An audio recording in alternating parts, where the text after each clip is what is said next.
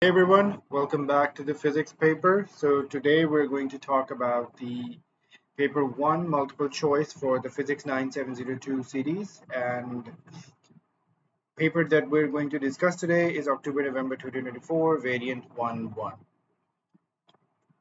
Now, before we dive into this paper, let's show you something very important and which is going to help you immensely.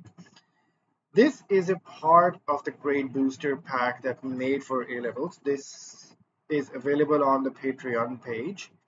For both for A2 for AS, we have frequently examined questions, mostly about the paper 2 and paper 4. Definitions and formulae also for AS, A2 separate.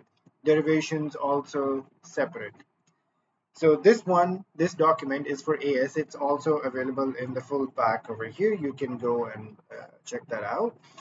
It not only has basic rundown of formulae, this is the reasonable estimate which I'm sure we will be needing in this MCQ paper, and also basic formulae that we will be needing in this MCQ paper. So as we go on, I'll keep showing you again and again this document so you will know how beautifully we made this and how it could help you in boosting your grade. All right, so let's see. What are the SI base units for moment of a force? So force, the units of a force is basically kg meters per second squared, mass times by acceleration. So the moment we know that is force times by displacement. So that would be kg meters per second squared times by meters. So 1 and 1, when they add up, this becomes d. So this will become m squared. Which statement about the vector quantities is correct? Acceleration of the free fall is a vector quantity because it has constant magnitude. No, that's not the reason. Temperature in degree Celsius is a vector quantity because it can be positive or negative. No, the temperature is scalar. Time is a vector quantity with no, time is scalar also. Weight is a vector quantity because it has direction. Now this is an appropriate reason for weight being a vector quantity. So D. The density of a material of a rectangular block is determined by measuring the mass and linear dimensions of the block. List shows the results obtained together with their uncertainties. The density is calculated to be 2.5. What is the uncertainty in the result? Okay, so we basically have to figure out the absolute uncertainty. So to achieve that, we need the fractional or the percentage uncertainty. So this is density. We know that density is equal to mass per unit volume. So mass divided by volume. However, since we have a quotient of quantities, what we will simply be doing is adding the percentage of fractional uncertainties. So we have 0.1 over 25 plus 0.01 over 5 plus 0.01 over 2 plus 0.01 over 1.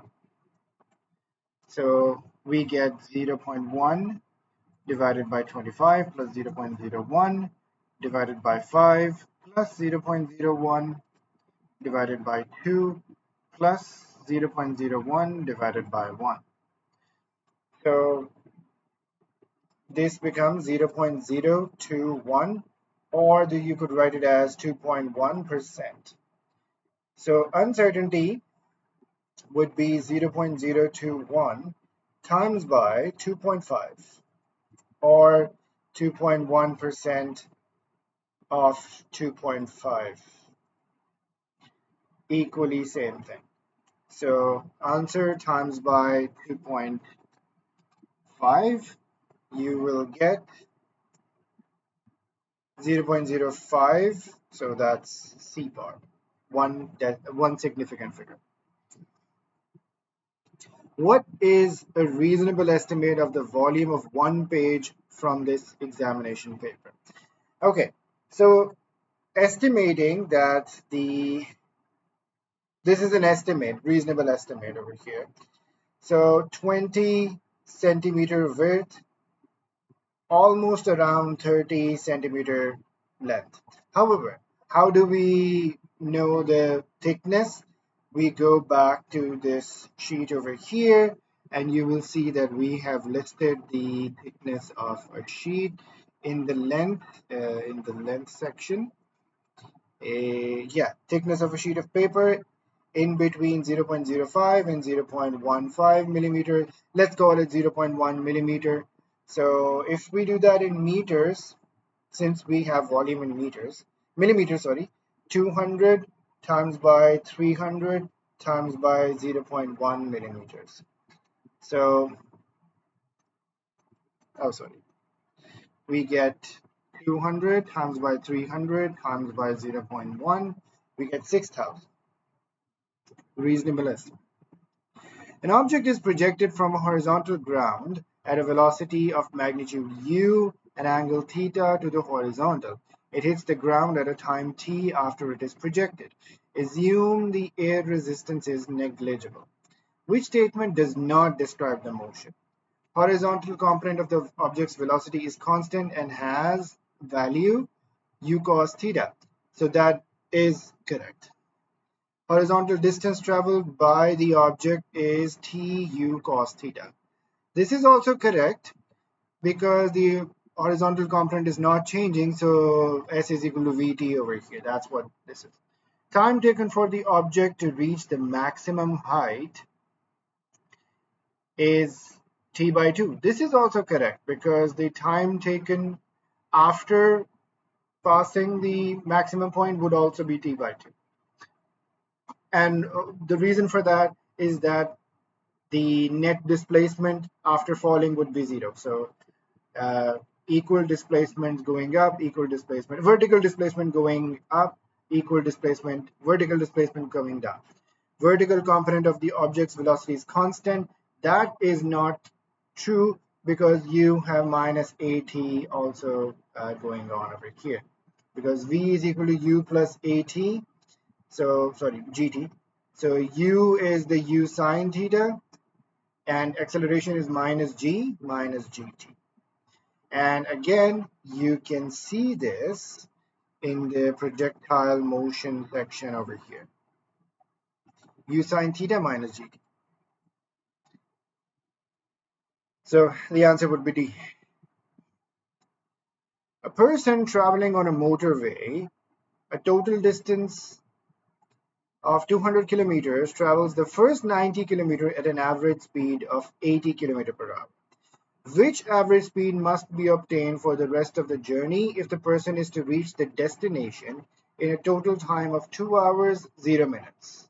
So, multiple ways to understand this. We can draw a velocity time graph over here, or speed time graph, however you want to do it. So, for the first 90 kilometers would be the area under the curve.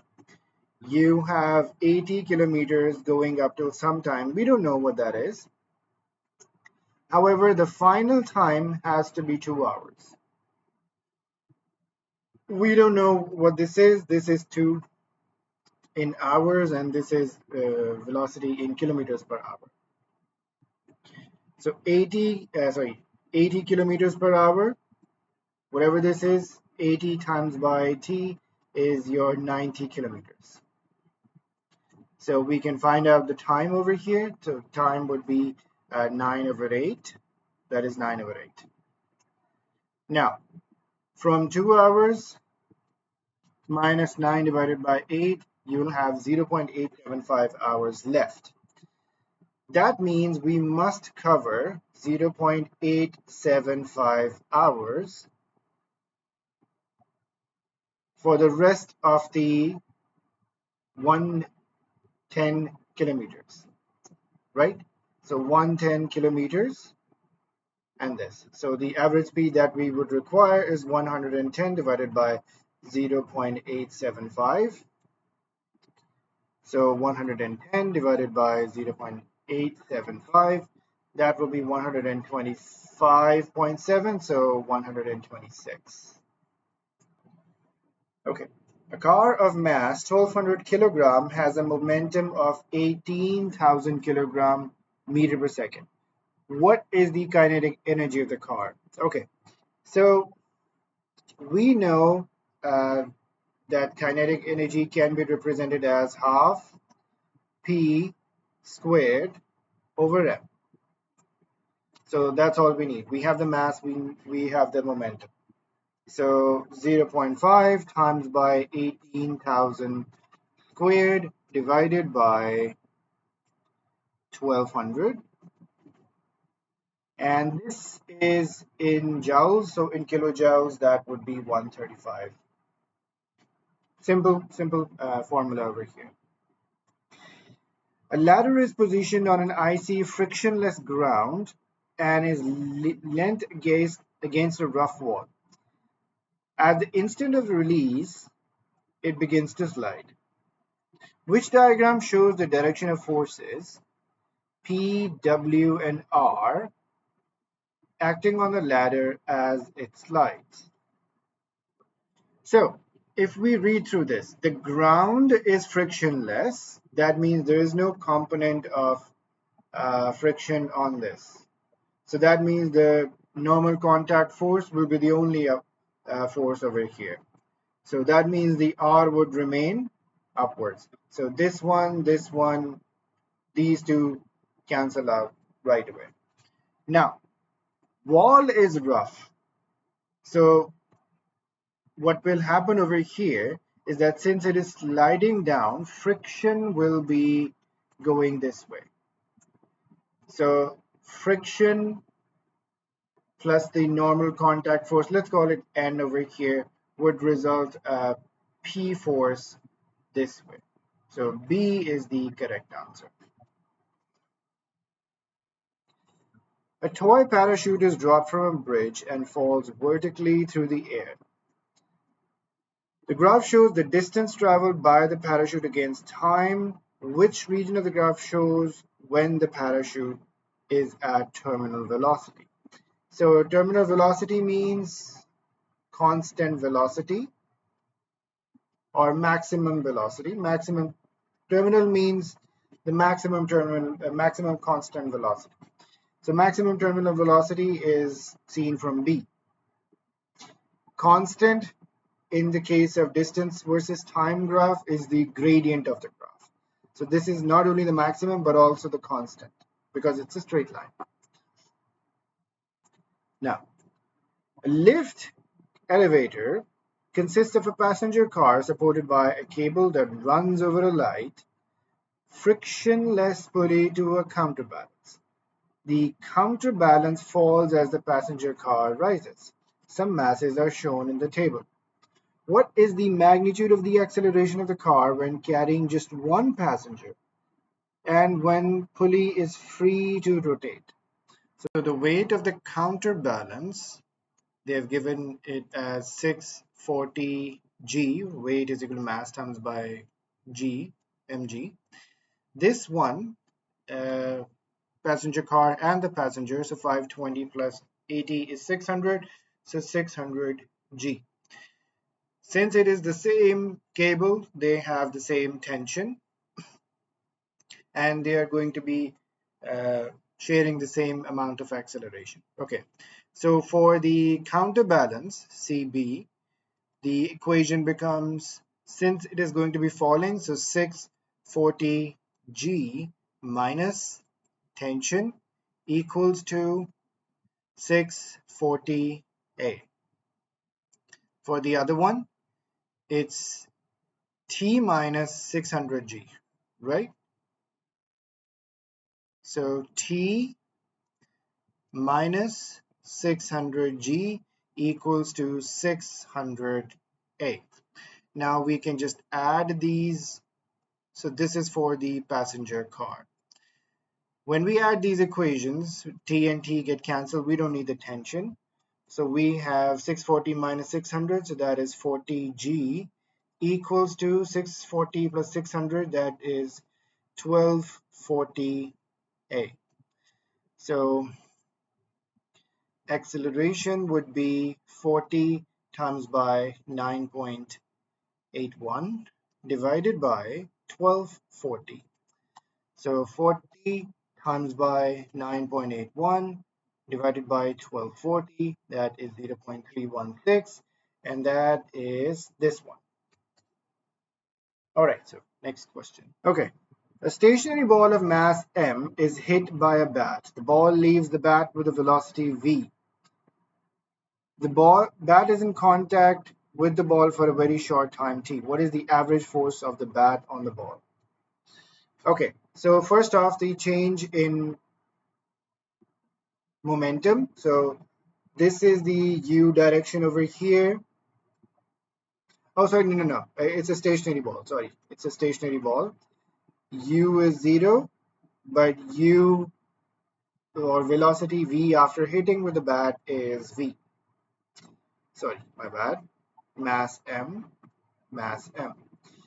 Bat is in contact. Okay, so change in velocity is just mv minus mu. So mv as it is divided by this. Sorry, no. That is divided by time. So that would be just simply this. Because force is rate of change of momentum. That is the definition of the force. A disk of mass m is moving across a frictionless surface with a constant velocity. It collides with a stationary disk of mass 4m. The diagram shows a view from the above of the motion of the two disks before and after the collision. What is the initial velocity u of the disk of mass m? Okay, so since principle of conservation of momentum says momentum before and after are equal, so this means that both the motion perpendicular to this u and in parallel to this u, the momentum is going to be equal before and after. The total momentum before and after would be equal. So if we go with the vertical momentum thing first, so before collision, we are saying vertical, but it's not vertical. Obviously, this is perpendicular, let's call it. Perpendicular momentum. So 0 over here equals to m times by 4 sine 45, m times by 4 sine 45 minus 4m times by v sine 45,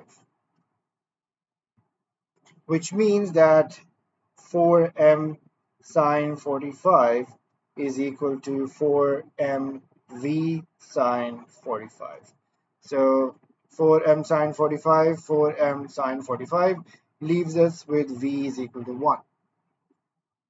Now, if we consider the horizontal now, so let's call it parallel motion, parallel momentum.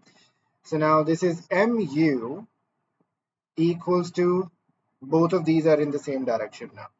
So m times by 4 cos 45 plus 4m times by v, which is now going to be 1, times by cos 45. So m cancels out from all sides. So you are left with 4 cos 45 plus 4 cos 45. That is 8 cos 45.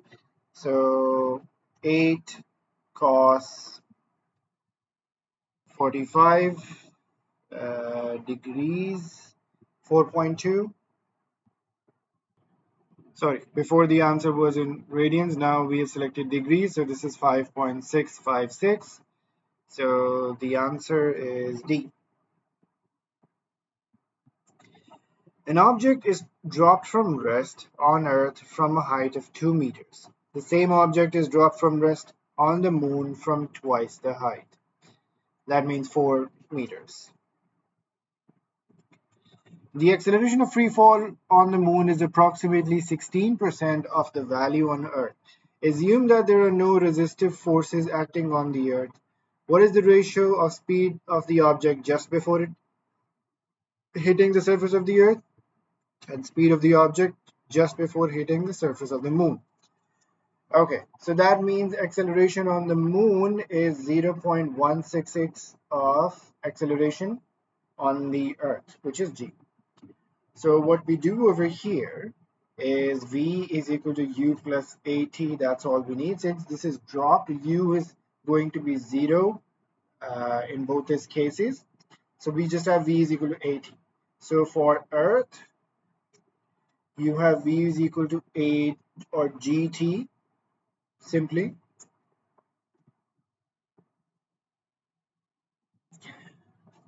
So we don't have a relationship between time and velocity. It's the displacement. Okay. So basically we would need 2as is equal to v squared minus u squared. So u squared goes away.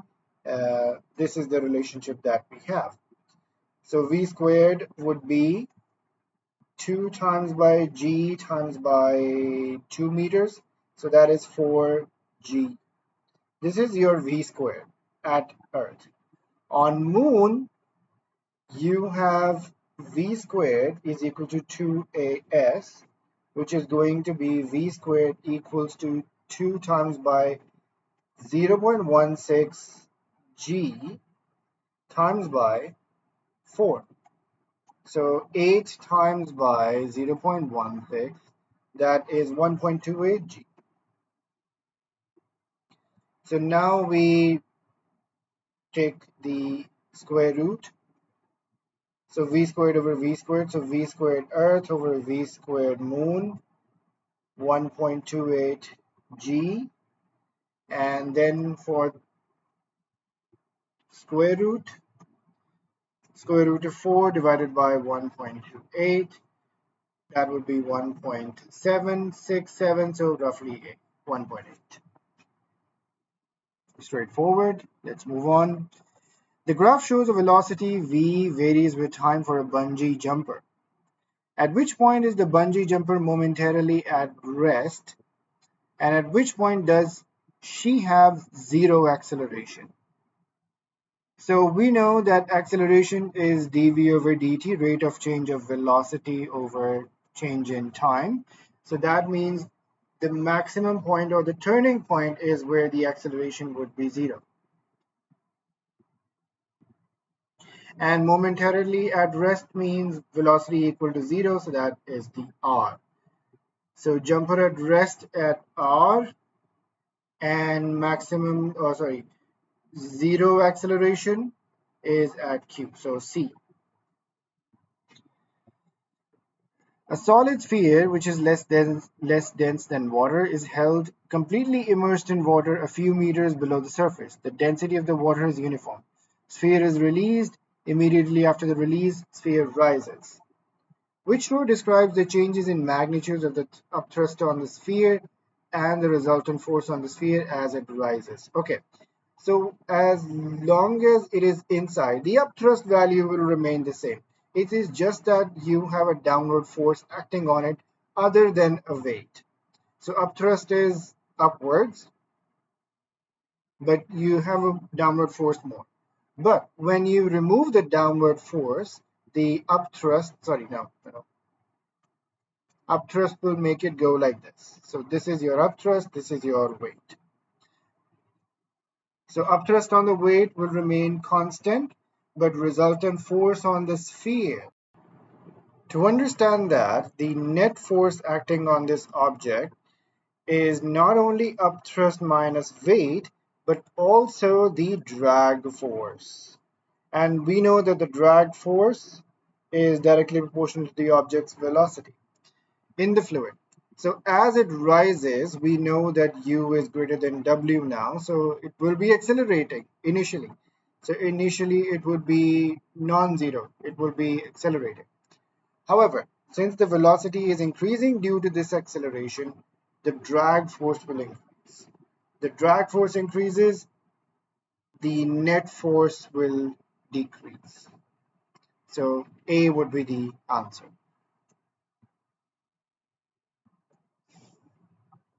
A uniform bar of weight 200 newtons and a length 4 meters is freely hinged on the wall at one end. The bar is horizontal and is held in equilibrium by a cable attached at a distance of 0.5 meters on from the other end. The cable is at an angle of 35 degrees to the horizontal. What is the tension T in the cable? Okay, it's a uniform bar, so that means at 2 meters over here we will have 200 newtons going this way. This is the point of contact of the cable, sorry. And what else do we need? So this means that this tension, if we make the vertical force, that is T sine 35. And since this is the hinge over here, so if we take the horizontal forces, or if we take the horizontal moment, this will not work over here, because the T cos 35 will be actually passing through this. So we just have to take these ones, the forces that are perpendicular to this line of force over here. So about the hinge, we have T sine 35, 4 minus 0.5 times by 3.5 equals to 200 times by 2 meters. Now that's all we need over here. So 200 times by 2 divided by 3.5 divided by sine of 35, we get 199, so almost roughly 200. The diagrams all show a pair of equal forces acting on a meter rule. Which diagram shows forces that provide a couple and a zero resultant force? So zero resultant force means that the forces are opposite in direction and equal. However, couple would provide somewhat like this. Forces in opposite directions but separated by some distance. But since the forces in direction wise they're going in opposite directions, there would be zero resultant force, but there will be a net moment. So in this case, that would be this one. So it doesn't, like, the force doesn't have to be over here necessarily, it just has to have some distance in between. Okay. A ball of mass m is thrown up to a height h in the air with the initial velocity v as shown. Air resistance is negligible. The acceleration of free fall is g.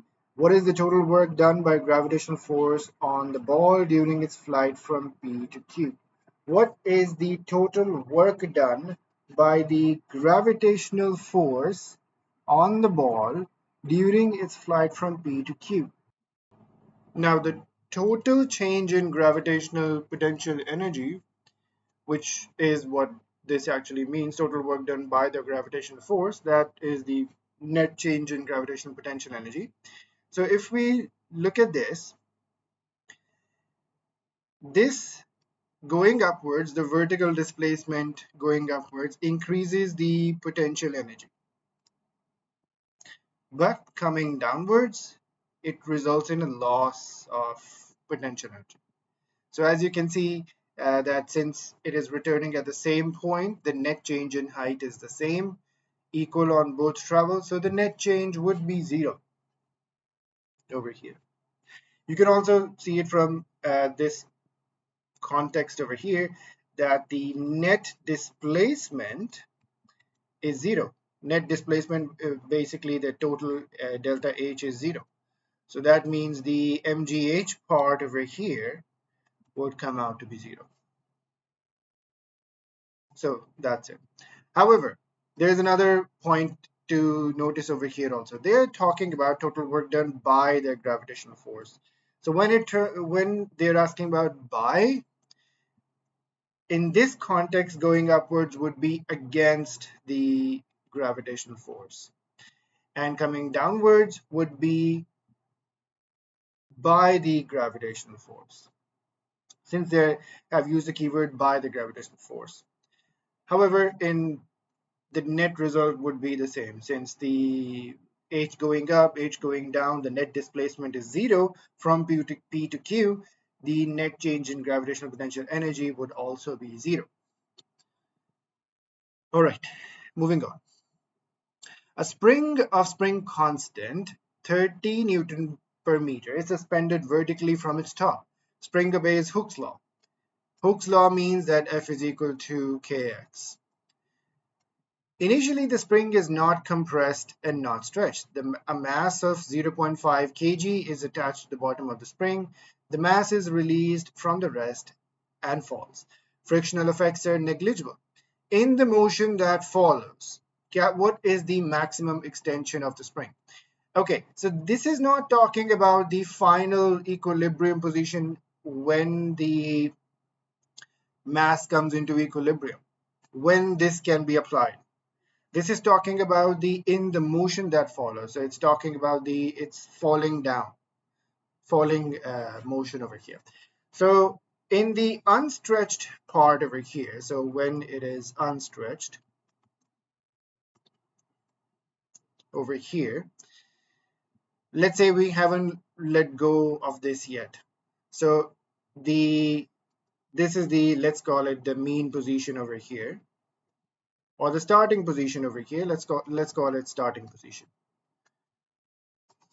So at this point, gravitational potential energy is zero. Since we're talking about it with reference to this starting point, since it is unstretched, uncompressed, the elastic potential energy would also be zero, and since this is at rest currently, kinetic energy would also be zero. But when it's maximum stretched, when it is at the final point over here, after which it starts to come back, this much vertical displacement has been covered. So let's call it x. So at this point, the GPE, gravitational potential energy, has dropped by mgx because it has come down. Elastic potential energy has become half kx squared. And since this is also the point where the system is momentarily at rest, kinetic energy is zero again. So this means that we know that there is no loss of energy. Frictional effects are negligible. So total energy remains constant. So before, after. So 0 equals to minus mgx plus half kx squared. So we need to isolate x. So this becomes mgx equals to half kx squared. X gets cancelled. So we are left with x is equals to 2 mg over k. So mass is 0.5 times by 9.81, and the k was 30. So 2 times by 0.5 times by 9.81 divided by 30, that is 0.327, which is 33.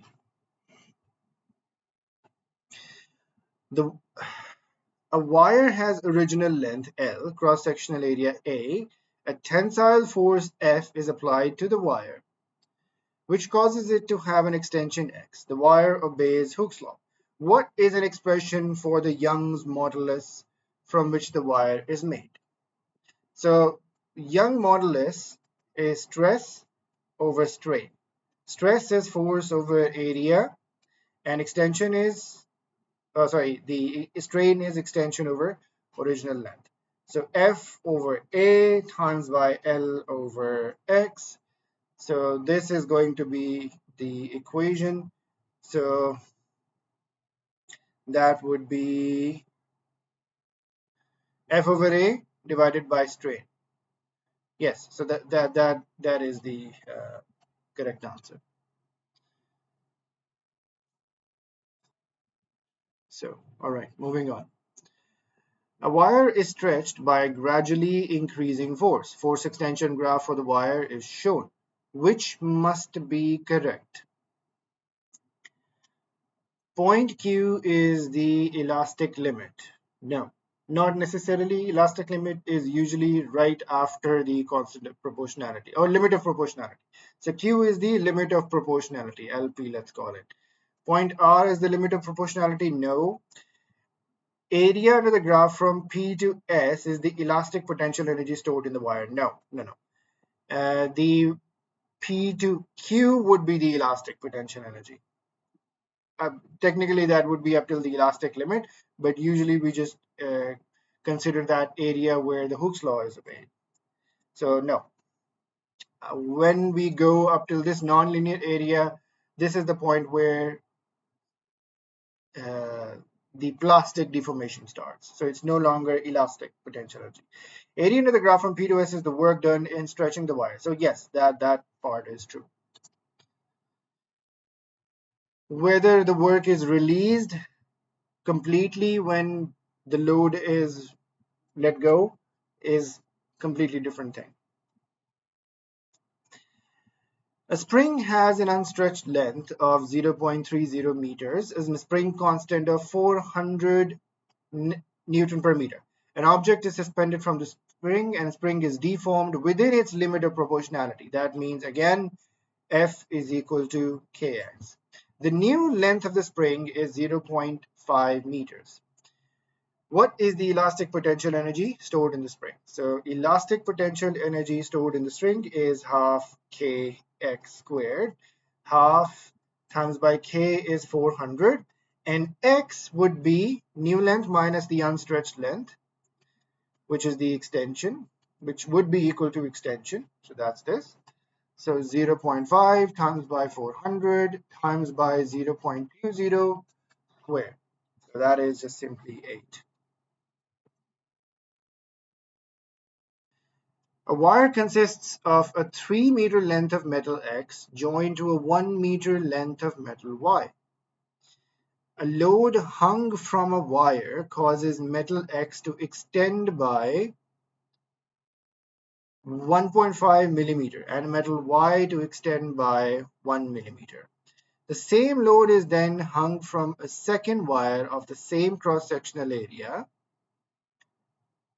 consisting of 1 meter length of metal X and a 3 meter length of metal Y. Both wires are extended within their limit of proportionality. What is the total extension of this second wire? Now to understand this, both X and Y, they have their own Young moduli. So EX and EY. So since the materials we are using are the same as in this case, so Young modulus doesn't change, right? So Young modulus says that this is a ratio between stress and strain. And again, stress over strain. Now the loading conditions are the same in the second time also. That means the stress part is the same before and after. So this means that only thing that is actually changing is the strain. Oh, sorry, my bad. It is also not changing since Young modulus is also same, stress is also the same. The strain ratio, that would also be the same. So only thing that is changing is the extension and the original length that we are using. So strain ratio would be the same. So strain initial, strain after, or final, sorry. That would be the same. So let's call it that for a metal X. metal X is initially 3 meters long and it extends by 1.5 millimeters. So 1.5 divided by 3000 equals to X over, this time it is 1 meter length, so 1000. So you have 1.5 times by 1000 divided by 3000, that is 0.5. So the extension will resulting from X would be 0.5. Let's do the same thing for Y. For initially, this is 1 millimeter, 1000 uh, millimeters, and now it is 3 meters in length, so that means 3000. So I think this is obviously clear that this is going to be 3 millimeters. So total extension would be just simply 3 plus 0.5, which is 3.5 millimeters. Moving on. The graph shows the variation of the displacement with distance for a progressive wave at one instant in time. The period of the wave is 91 milliseconds. What can be determined about the wave? Okay, so displacement distance graph can tell us the wavelength. So if we can find out the wavelength, so the wavelength would be, as you can see, this point and this point, these are in phase. So wavelength is 4 centimeter. Okay, so if wavelength is 4 centimeter, period of the wave is this. Period of the wave, if it is 91 milliseconds, so 91 10 raised to the power minus 3 seconds, and wavelength can be written as 0.04 meters. So we can find out the speed also and frequency also. So frequency is 1 divided by 91, 10 raised to the power minus 3. So 1000 divided by 91, that is 10.989 hertz, which is roughly approximately equal to, 11 hertz. So 11 hertz is true, but we do not know anything about the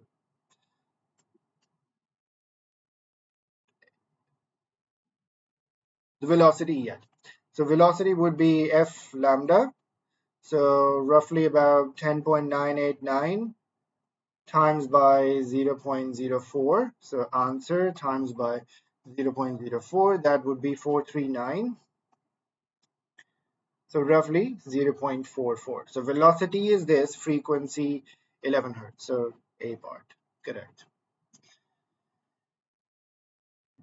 All right, moving on. Which group of electromagnetic waves is arranged in order from the shortest wavelength to the longest wavelength? Okay, so the sequence of electromagnetic waves, there's a mnemonic over here. Raging Martians invade Venus using X-ray guns. This is the order of increasing frequency, and this is the order of increasing wavelength. So we need from shortest wavelength to the longest wavelength. So that would be, this cannot be the true because radio is already the longest wavelength. Visible to microwaves to infrared, no. Visible to ultraviolet, that is going towards the shorter wavelength, so no. X-rays, infrared and microwave. So X-rays, infrared, microwave. So this is correct. A wave has a frequency of 5 gigahertz. What is the period of the wave?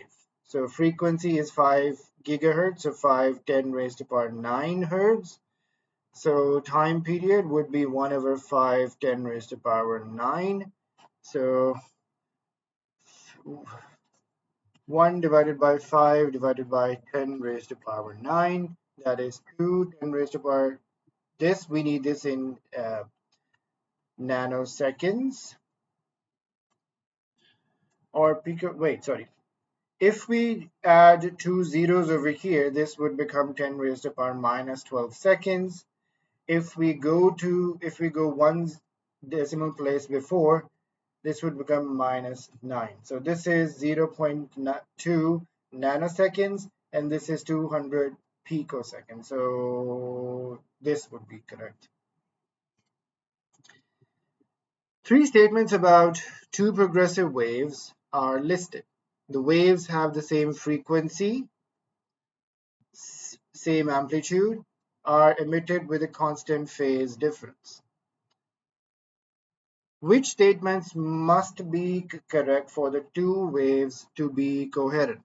Now, for the coherence, constant phase difference is needed, and obviously this can be achieved by having same frequency. Same amplitude is not the requirement over here. So that means the 1 and 3, the C part over here, that is correct. Waves P and Q have the same amplitude. The waves meet in phase at point X and interfere to give a resultant wave of intensity I. The amplitude of wave P is doubled. What is the new intensity of the resultant wave at X? So, okay, let's figure this out. So, when they have the same amplitude, let's call it X naught over here, or A over here, doesn't matter what with that. So when they're meeting at point X, you will get 2x naught or 2a, whatever, again, how you want to look at that. So I would be proportional, and that would become the new I would be k times by 4a squared or k 4x naught squared, because you are doubling that amplitude. However, this time only the wave P amplitude is doubled. So the K part over here is going to be the same. So one way to do this is using proportionality over here. So I over 4x naught squared equals to I naught, or sorry, I prime, the new intensity. Now we need to know what's the square of the new amplitude. So if this is doubled and the wave q is same as before, so you get 3x naught squared. So that means, oh sorry, 3x naught. So when you square this, this will become 9x naught squared. So 9x naught squared, this and this canceled. So I prime, the new intensity would be 9/4 of the previous intensity. So 9 divided by 4 is 2.25. So roughly that would be 2.3. Radio waves can be polarized, but sound waves cannot be polarized. So this is due to the fact that radio waves are transverse, sound waves are longitudinal. Which statement gives a reason to this? It generally of higher frequency, it has nothing to do with frequency. Transverse waves, but sound waves are longitudinal waves. So like we said, light of wavelength lambda is incident normally on a diffraction grating with a total number of n lines in width w. So this means that the n lambda d sine theta, in this case d would be w over n. So second order maximum is observed at an angle of diffraction theta. So that means n is equal to 2. So what is the n? Okay, so you have a, okay, 2 lambda equals to W over N sine theta. So we need the N over here, so N would be W sine theta over 2 lambda. So that is C bar. Kirchhoff's second law is a consequence of a basic principle. So it is a consequence of law of conservation of energy. So energy in an electric circle is conserved. So we don't even have to look at the other things. So Kirchhoff's first law is based on conservation of charge, and Kirchhoff's second law is based on conservation of energy. So this is a very important point to remember over here. So just to show you this again, I think I forgot to show you the mnemonic that we used. Raging Martians invade Venus using X-ray guns in order of increasing frequency. This is also listed in this grade booster pack. Now, just to show you that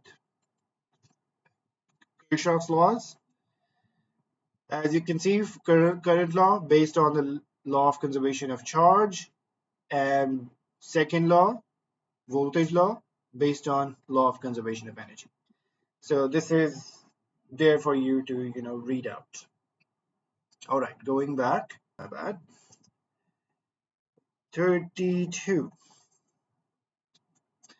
shows the diagram shows a circuit with a light dependent resistor, LDR. The ammeter reads zero current. What is the resistance of the LDR? So the ammeter reads zero current because the potential difference over here is the same potential difference over here. Similarly, the potential difference across these two components are the same. So this is what we have to figure out over here. So 1030, so 10 over 40 times by 12, that is just going to be 3 volts. This means that 3 volts is also across this.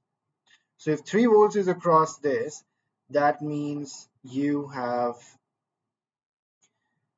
the rest 9 volts over here, just like you have 9 volts over here. So if you have 9 volts over here, you just have to use the potential divider rule to figure out what is this. So 6, sorry, no. Actually, you could do that also. So 3 over 3 plus, no, sorry, no. Resistors. So 6 over 6 plus L, let's call it LDR resistance. Let's call it R, sorry. Times by 12 is equal to 3 because we have 3 over here. So that means 6 over 6 plus R is going to be 1/4. So you cross multiply, you get 24 is equal to 6 plus R. R would be 24 minus 6. So that adds up to 18.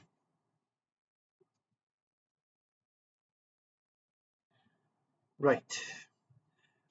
A torch uses 3 lamps connected in parallel and is powered by a cell of electromotive force, EMF, 3 volts, and negligible internal resistance. Each lamp dissipates 0.6 T watts of power.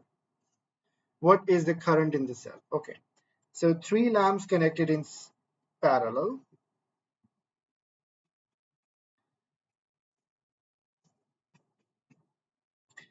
And this is your EMF, 3 volts.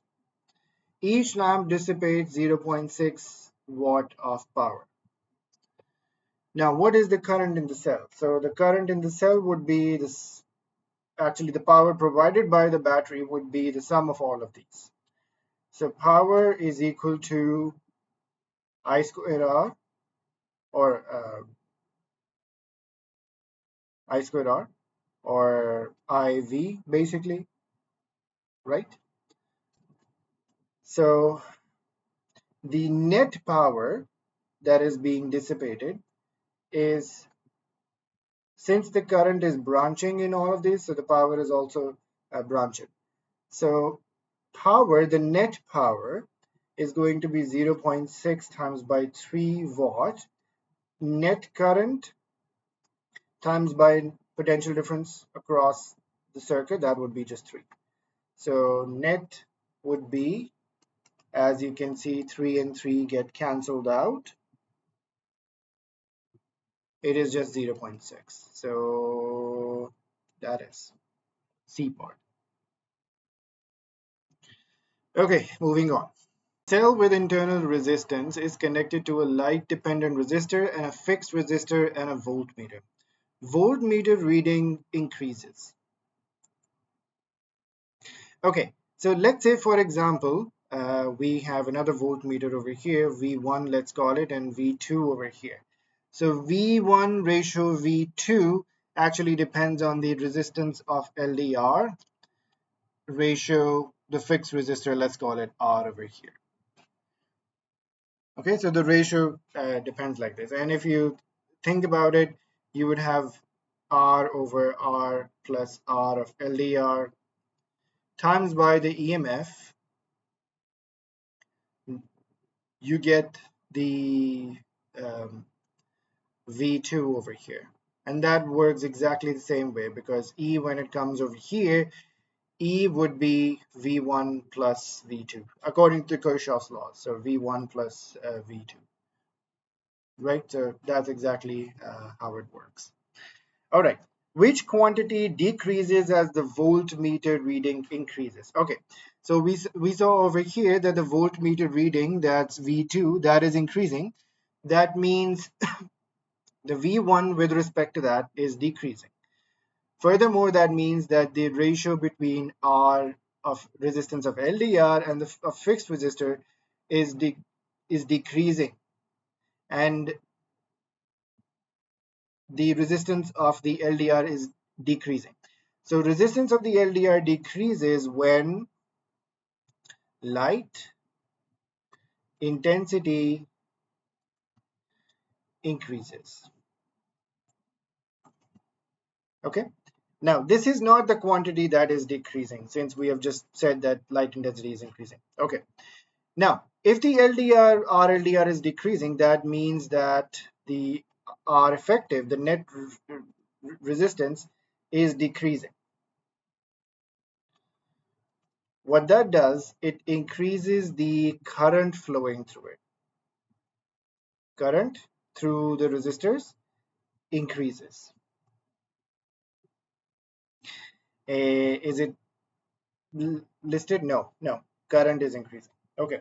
So if the current is increasing, the potential difference across the EMF, the internal resistor, that is going to increase. So lost volts will increase, basically. So lost volts increase because obviously the current is flowing. Again, we can see that over here, lost volts and terminal potential difference across the terminal potential difference across the terminals of a cell or battery when it is connected to a circuit. That means we are talking about potential difference between these 2 points. And the lost volts, potential difference loss across a cell or a battery due to its internal resistance. So basically, again, it's a application of Kirchhoff's voltage law. So lost volts are increasing. So if the lost volts are decreasing, the terminal PD will decrease. So that's D part. The circuit shows contain a cell with negligible internal resistance. Energy transferred per unit charge in driving the charge around a complete circuit is E, that is the potential difference. Or sorry, the EMF. The potential difference PD across X is V. Cell is then replaced with a different cell with the same electromotive force that has significant internal resistance. What is the effect turned on E and V of replacing the cell? Now what will happen is exactly what we just talked about. So the EMF will depend on terminal potential difference and lost volts over here. Same thing which we saw over here. Lost volts is equal to EMF minus terminal PD. So EMF is equal to lost volts plus terminal potential difference. So what happens over here is that if we're using the same EMF over here, but with internal resistance. So that means the terminal potential difference would be decreasing. EMF is the same, but lost volts would increase. That means the V, which is the V over here, that will decrease. Lost volts will increase, terminal potential difference increase, and this will be no change. So effect on V would decrease, C would be no change, C part. Okay. In the circuits shown, the batteries are identical and all have negligible internal resistance. All of the resistors have the same resistance. The diodes have zero resistance when conducting and infinite resistance when not conducting. In which circuit is the current in the battery greatest? Okay, so let's see. In part A, both of these diodes are forward biased. However, since the resistors are connected in parallel, the net resistance is decreased. Let's see this one. Decreased from one resistor over here. So for example, all resistors have same resistance, so this is R over 2, basically, combined resistance. So let's compare that with the others. You have 2R over here. That means the current would be even lesser. Okay, current would be less over here. In this case, resistance would be R because in this branch is reverse biased. So resistance is R. Okay, let's call that V, V, V. And in this case, again, only current is passing through this. This is not forward biased. So R basically, again. So V over R is your current in both of these. So V over R over 2, which means 2V over R. And again over here, this would be V over 2R. So we need the current in the battery greatest. That would be part A, because 2 times by V over R, basically. And this would be half of V over R. All right, moving on. A potentiometer circuit is used to determine the electromotive force E of a cell. The circuit includes a second cell of EMF 1.5 volts and internal resistance of 0.5 ohm that is connected to a uniform resistance wire XY shown. The resistance wire XY has a length of 0.96 meters and a resistance of this. Movable connection Z is moved along the wire XY. Galvanometer reads 0 when the length XZ is 0.64. What is the value of EMF E? Okay, so this happens when the potential difference across XZ would be equal to E over here. So we just need to find out the potential difference. Remember that due to this internal resistance over here, it is not equal to 1.5, or it is not even equal to the potential divider rule over here. It will have to include the 0.5 also. So if we do the potential divider rule over here, so 0.64 divided by total 0.96. Oh no, sorry, no. 0.64 over 0.96. That is the ratio that we are working with. This ratio tells us the the resistance over here, resistance ratio over here, basically. However, if we can find out the total potential difference across x, y, we can actually use this ratio also. So we know the total resistance over here is 0.5. So that means half of 1.5 will be distributed across x, y. So times by half of x 1.5, right? That's all we have to do. So 0.64 divided by 0.96 times by 1.5 divided by, oh sorry, no, 1.5. That is 0.5. So that is a part. Simple, straightforward.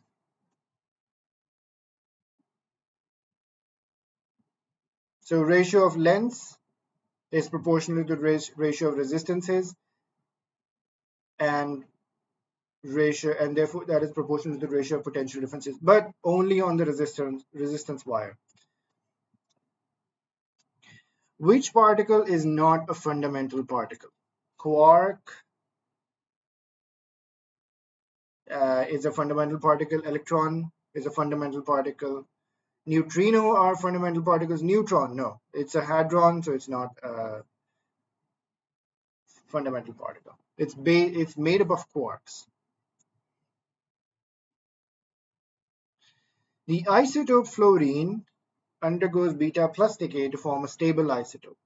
How many neutrons are there in a nucleus of the stable isotope? So let's see what happens in the beta positive decay. So in beta positive decay, yeah, okay. So a proton within the nucleus transforms into a neutron. That means the neutron number rises by 1. That's all we need over here. So if mass number is 18, number of neutrons before was 18 minus 9 neutrons. So after it would be 9 plus 1, that is 10. Straightforward. Which statement is correct? Baryon is a hadron that consists of 2 quarks. No. A meson is a hadron that consists of 3 quarks. No. Electron is a fundamental particle and is a lepton. That is correct. Neutrino is a fundamental particle. It is a fundamental particle, but it is not a hadron. All right, so that's basically all we need over here. So for the baryons and mesons, you can see over here that baryons are made up of 3 quarks and mesons are made up of a quark and anti-quark. So that's about it. So this part C. And that is the final question. All right, so if you have any questions, do leave out some feedback in the comments. If you like something about this video, also give some feedback. Don't forget to get this grade booster pack before the time runs out, because you only have a few days left. So this grade booster is present in the Patreon page over here. It's in the complete booster pack over here. There's only one item currently over here. So hurry up before the exam night. All right, so see you in the next video. Bye-bye.